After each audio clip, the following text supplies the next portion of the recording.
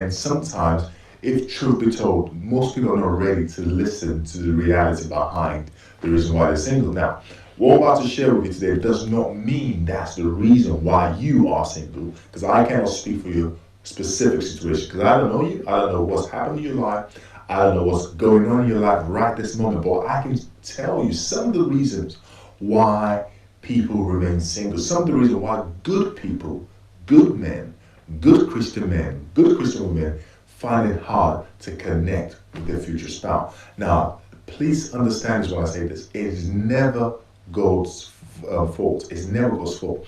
It has nothing to do with the fact that God is not listening to your prayers. It has nothing to do. It's got nothing to do with the fact that maybe God is not interested in giving you that man or woman that you want. It has everything to do with some things that you might not be aware of.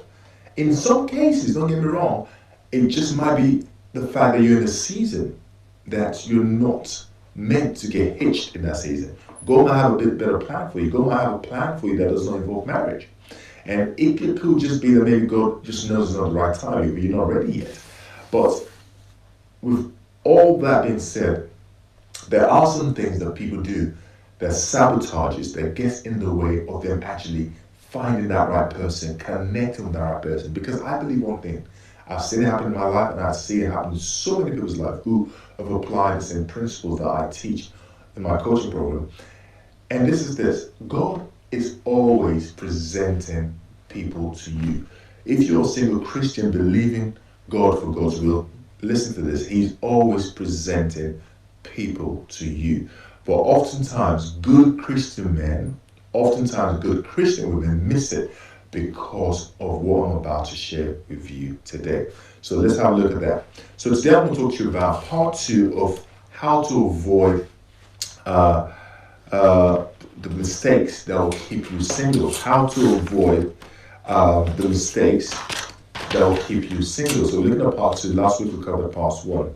So one of the things I want to talk to you about in this is one thing that you probably have heard of so many times, but I'm going to share with you, and that is insecurity. Insecurity. This is a massive issue.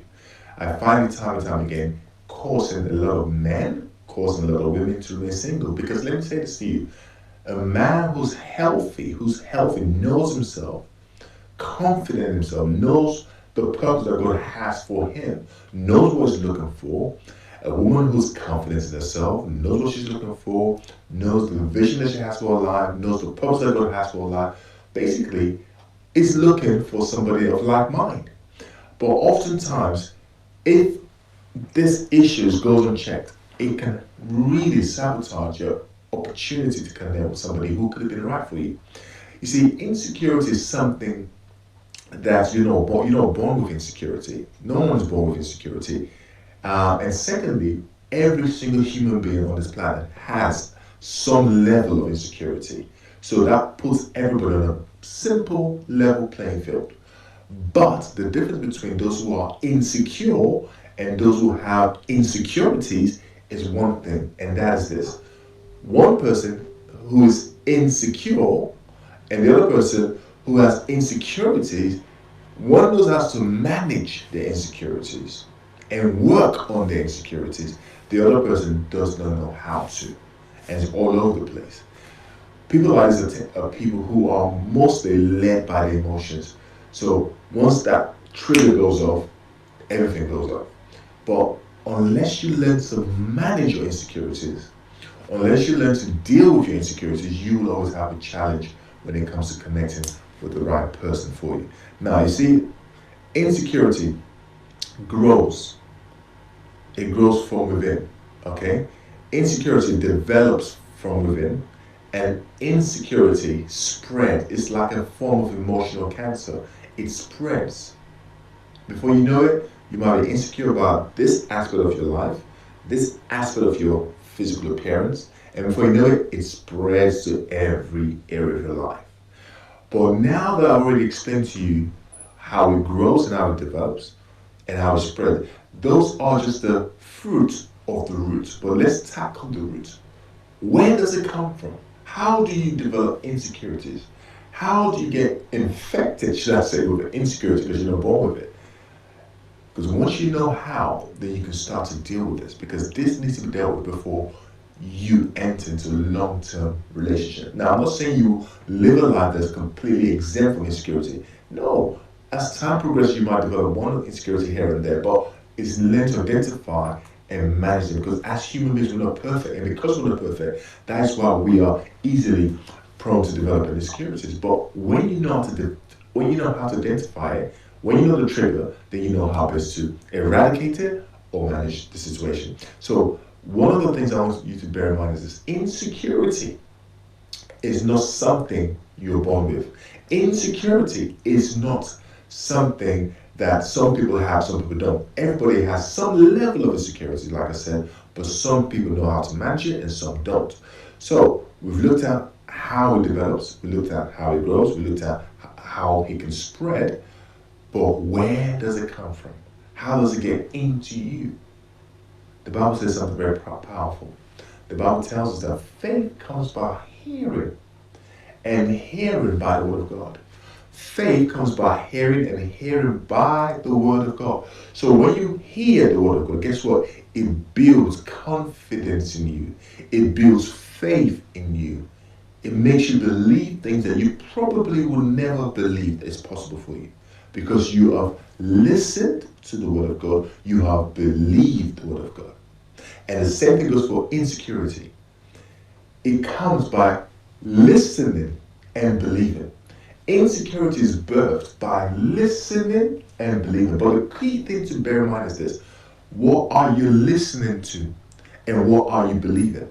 So if you're listening to people telling you that you're not good enough, you don't have what it takes, you're hopeless, all of these negative words being spoken of you, and the moment you start to believe these things, guess what? It becomes faith, but not faith as we know it. It becomes what I call negative faith. The Bible says faith is the substance of things hoped for, the evidence of things not seen. That's what the Bible defines faith to be. Let me say that again. Faith is the substance of things hoped for, the evidence of things not seen. That's what the Bible defines faith to be. However, there is such a thing called negative faith, and I'm going to give you the definition of negative faith.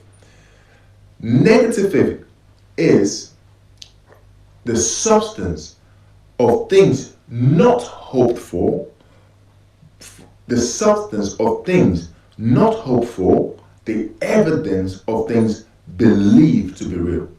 Let me say that again. Negative faith is the substance of things not hoped for, the evidence of things believed to be real. So when people tell you things like you're not good enough, guess what? That is a substance that's been released. And you're not hoping that you're not good enough, but that substance has been released. So that negative faith is the substance, that negative word that's been spoken to you is the substance of things that you're not hoping for. You don't go out looking for people to say negative things to you, no. But once that is spoken over you, guess what? It becomes a negative substance that has been released upon you, but it has no power until you believe it. That's why insecurity is birthed from listening and believing. People can say all manner of things about you, it will have no effect on you. But the moment you start to believe it, guess what? It takes roots inside of you. And the moment it takes roots inside of you, it starts to grow, it starts to develop, and before you know it, it starts to spread. And before you know it, you have massive insecurity issues. But on the flip side, if you were to listen to the word of God and what God has to say about you, and if you start to believe what the word of God has to say about you, you start to meditate upon what the word of God has said about you, it builds faith and confidence, and it starts to develop, and it also spreads. That's the difference between somebody who has a healthy self-esteem and somebody who has a low self-esteem. It all has to do with what you're listening to and what you're believing. So we're talking about how to avoid the mistakes that will keep you single. This is one of the things that you must pay attention to: insecurity. What insecurities do you have? How are you dealing with them, or are you dealing with them? This is a question you must ask yourself. Don't wait until you find Mr. Right or Miss Right to start dealing with insecurity, because when you find Mr. Right or Miss Right, you will discover there's some areas that you've not dealt with. So right now, this is the best time to start working on those areas that you know you are insecure in, so you can make sure you've developed yourself, you've worked on yourself, because the best gift, like I say all the time, that you can give your spouse or your future spouse is a healthy you. The best gift you can give your future spouse is a healthy you.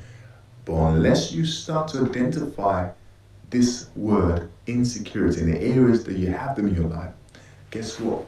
You are limiting yourself in this area of your life. Insecurities, we all have them. And the issue is not the fact that we all have them, the issue is what are you doing about them? The Bible tells us very clearly, let us examine ourselves. We need to examine ourselves. Why do we examine ourselves? So we can see where we're at, what we need to do to improve, and where we need to get to. Ask yourself this question: what am I insecure about? Am I dealing with it? Can I deal with it? How do I deal with it? You see, if you'd like to know more and learn more how you can actually go from being a simple Christian, hoping and praying, to actually progressively moving forward to meeting the right person that God has for you, I'd like to invite you to try my coaching program. Just go to www.meetingtheone.co.uk. Go to www.meetingtheone.co.uk.